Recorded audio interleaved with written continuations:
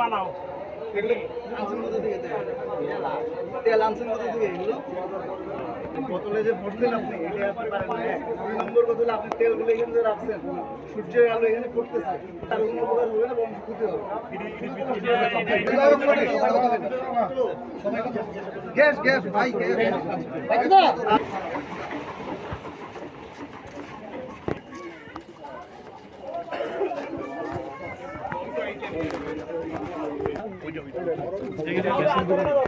আমরা 50 টাকা ধরলে আমরা 1900 টাকা আমরা রেট দিই 20 টাকা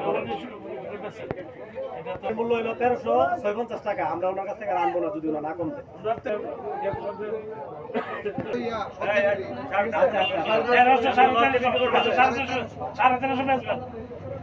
রমজান পবিত্র রমজান উপলক্ষে দ্রব্যমূল্য নিয়ন্ত্রণে আজ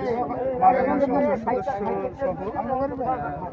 জেলা প্রশাসক নির্দেশনা দেওয়া হয় এবং সকলকে মূল্য তালিকা রাখার নির্দেশনা দেওয়া হয়। এছাড়া অনিয়ম পাওয়ায় একটি দোকানকে 1000 টাকা জরিমানা করা হয়েছে। জনস্বার্থে আমাদের এই অভিযান অব্যাহত থাকে। রাখার জন্য আমি আজকে আমার এই নবীনগর বাজার পরিদর্শন করেছি। আমি পরিদর্শন করে আমাদের যে ব্যবসায়ী সকলকে নির্দেশনা দিয়েছি যাতে তাদের দ্রব্যমূল্য ঠিক রাখে এবং প্রত্যেকটা দোকানের সামনে মূল্য তালিকা ঝুলিয়ে রাখে এবং আমরা তাদেরকে কিছু জরিমানা করা হয়েছে এবং তাদেরকে কড়া নির্দেশ দেওয়া হয়েছে কোনো অবস্থাতে যেন দ্রব্যমূল্য বৃদ্ধি করে মানুষের হয়রানি না করে। সেজন্য আমার সাথে আমাদের অ্যাসিলিয়ান সাহেব ছিল এবং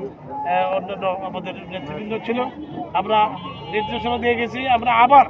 বাজার মনিটর করব, আমরা তার ধারাবাহিকতা রক্ষা করব যাতে মানুষ এই দ্রব্যমূল্যে মানুষ যাতে ব্যবসায়ীরা যাতে অন্যায়ভাবে দ্রব্যমূল্য বৃদ্ধি না করে মানুষ বিয়ে করতে না পারে সেজন্য আমরা কার্যকরী ব্যবস্থা গ্রহণ করতে এবং নবীনগরের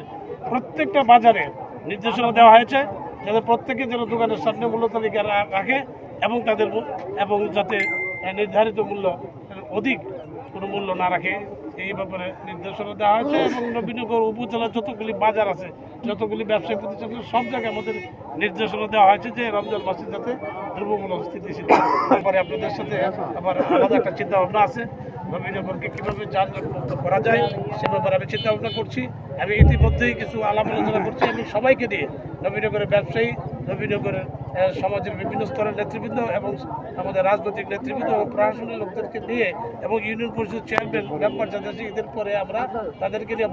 বসে নবীনগর কীভাবে যানজট মুক্ত করা যায় ব্যবসা সহ বাজার সহ